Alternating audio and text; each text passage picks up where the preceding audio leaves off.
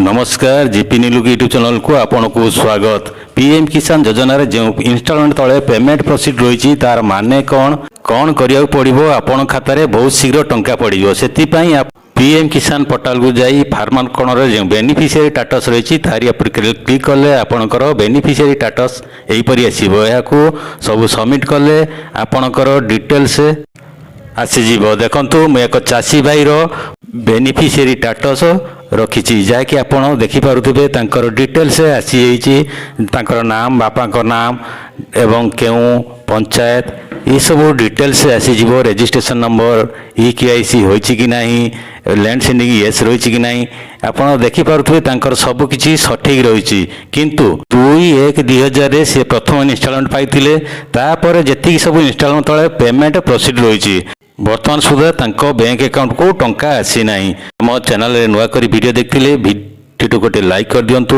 एवं चैनल को सब्सक्राइब करी घंटी बेल को ऑल नोटिफिकेशन रे सेट कर दियंतु जहाँ फल एही परी नुआ नुआ वीडियो अपलोड कले आपण सर्वप्रथम नोटिफिकेशन पाई परिबे। पीएम किसान योजना रो चाषी को टंका मिलवा पूर्वरु राज्य सरकार द्वारा समस्त प्रक्रिया जांच हो सारा पर केंद्र सरकार को देता तेबे आपणकर इंस्टॉलमेंट तले RFT sign by state mention होता है। यापर केंद्र सरकार FT जनरेटेड कर दिए जहाँकि आपण पीएम किसान योजना जो सेतेबेले आपणकर इंस्टॉलमेंट तले पेमेंट प्रोसीड लेखा आसी जाए जहाँकि केंद्र सरकार द्वारा समस्त प्रक्रिया शेष होइछि आपणकर अकाउंट ट्रांसफर होगापाई।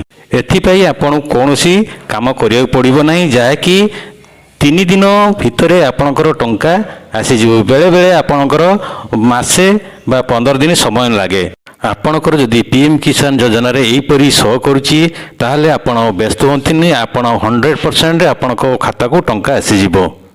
एहीपरि वीडियो देखिया पई आम चैनल सहित जोड़ी रही थांतु।